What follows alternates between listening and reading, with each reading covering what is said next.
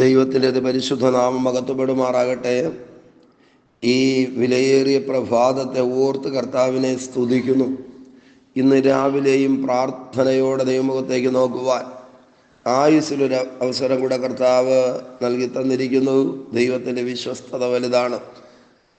ഇന്ന് രാവിലെയുള്ള ചിന്തയ്ക്ക് വേണ്ടി 138 സങ്കീർത്തനം 7 വാക്യം വായിക്കുന്നു. സങ്കീർത്തനങ്ങൾ 138:7.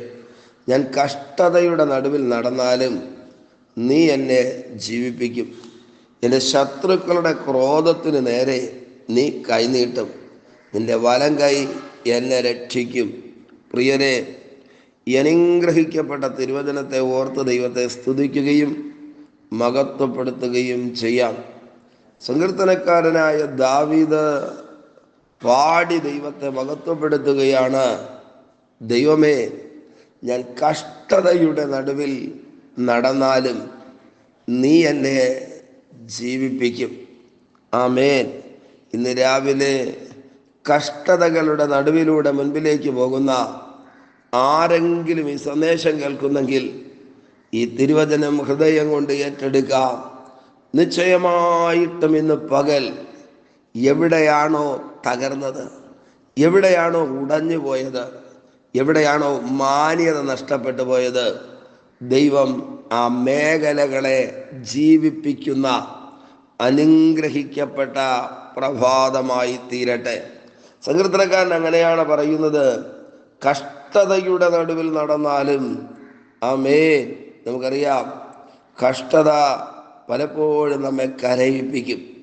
കഷ്ടതയുടെ നടുവിലൂടെ ജീവിക്കുക എന്ന് പറഞ്ഞാൽ, ആമേൻ, കടുകട്ടിയായ വേദനയാണ്. ഈ വാക്യത്തിനകത്ത് എഴുതിയിരിക്കുന്നത് കഷ്ടതയുടെ ആധിക്യത്തിൻ്റെ നടുവിൽ മരിച്ചതിന് തുല്യമായ അവസ്ഥയായി, അഥവാ മരിച്ചു. എന്നാൽ എൻ്റെ ദൈവം ആ അവസ്ഥയെ മാറ്റി, ആ സാഹചര്യങ്ങളെ മാറ്റി, ആ കഷ്ടതയെ എന്നേക്കുമായിട്ട് എൻ്റെ ജീവിതത്തിൽ നിന്ന് എടുത്തു മാറ്റി. നിശ്ചയമായിട്ടും അങ്ങനെ തന്നെ വിശ്വസിക്കാമോ? ഇന്ന് പ്രബലമായി നിൽക്കുന്ന കഷ്ടങ്ങൾ, ആമേൻ, ദൈവകൃപയാൽ ഓടി മാറുകയും പകരം ബലം പ്രാപിക്കുകയും ചെയ്യുവാൻ കഴിയുന്ന നല്ല മണിക്കൂറുകളായിട്ട് ഈ പകൽ മാറട്ടെ. ഈ രാവിലെ എഴുന്നേറ്റതും ആകുലതകളുടെ നടുവിലായിരിക്കാം. എന്തു ചെയ്യണമെന്ന് ഒന്നും അറിയത്തില്ലായിരിക്കാം. പക്ഷേ സങ്കീർത്തനക്കാരനോട് ചേർന്ന് പറയാമോ? ഞാൻ കഷ്ടതയുടെ നടുവിലൂടെ നടന്നാലും, ആമേൻ, എൻ്റെ വഴികൾ, എൻ്റെ ജീവിതയാത്ര, എൻ്റെ സമയങ്ങൾ അത് കഷ്ടത്തിൻ്റെ നടുവിലായി പോയി. ആമേൻ. എന്നാൽ ആ കഷ്ടതയുടെ നടുവിൽ പ്രവർത്തിക്കുവാൻ കരുത്തുള്ള, കഷ്ടതയുടെ നടുവിൽ ജീവിപ്പിക്കുവാൻ ശക്തിയുള്ള ദൈവത്തിൻ്റെ പ്രവൃത്തി ഇന്ന് പകൽ വെളിപ്പെടേണ്ടതിന് ഏൽപ്പിച്ചു കൊടുക്കാമോ? ഈ വാക്യത്തിനകത്ത് പിന്നെയും 2 കാര്യങ്ങൾ കൂടെ പറയുന്നു. എൻ്റെ ശത്രുക്കളുടെ ക്രോധത്തിന് നേരെ നീ കൈനീട്ടും. ആമേൻ. ഒന്ന്, കഷ്ടതയുടെ നടുവിൽ നടന്നാലും ദൈവം ജീവിപ്പിക്കും. രണ്ടാമത്തെ കാര്യം, ശത്രുവിൻ്റെ ക്രോധം. ഈ ശത്രു ഒരു വ്യക്തി ആകണമെന്നില്ല. ഏതെങ്കിലും തരത്തിലുള്ള അവസ്ഥകളും പ്രതികൂലങ്ങളും ഒക്കെ ആകാം. ആ ശത്രുവിൻ്റെ കയ്യിൽ നിന്ന് വിടുവിക്കേണ്ടതിന്, ശത്രുവിൻ്റെ പക്കൽ നിന്ന് രക്ഷിക്കേണ്ടതിന്, ബലമേറിയ പ്രതിസന്ധികളിൽ നിന്ന് പുറത്തു കൊണ്ടുവരേണ്ടതിന് ദൈവം തൻ്റെ കരം നീട്ടുന്ന ദൈവപ്രവൃത്തിയുടെ പകലായി തീരട്ടെ. വിശ്വസിക്കുവാൻ കഴിയുമോ? അതാണ്, ആമേൻ, സങ്കീർത്തനക്കാരൻ ഉറപ്പോടെ പറയുന്നത്. എൻ്റെ ശത്രുക്കളുടെ ക്രോധത്തിന് നേരെ നീ കൈനീട്ടും. ശത്രുവിൻ്റെ ക്രോധം ഭയങ്കരമായി കൂടി അത് കഷ്ടതകൾക്ക് കാരണമായി തീർന്നു.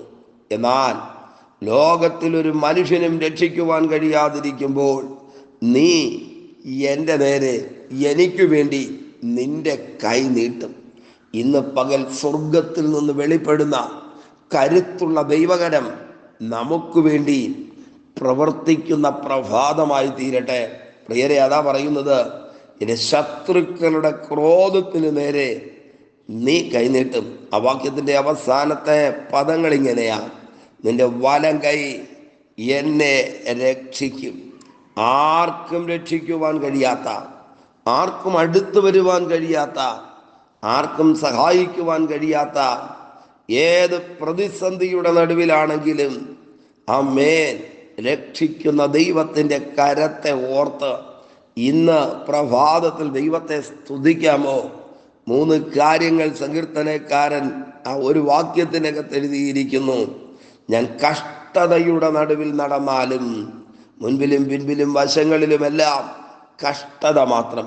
എന്തു ചെയ്താലും, എങ്ങോട്ട് തിരിഞ്ഞാലും, ഏത് വഴിക്ക് സ്റ്റെപ്പ് വെച്ചാലും അതെല്ലാം പ്രതിസന്ധികൾ മാത്രമെന്ന് പറഞ്ഞ് നെടുവീർപ്പോടെയാണോ ഈ സന്ദേശം നിങ്ങൾ കേൾക്കുന്നത്?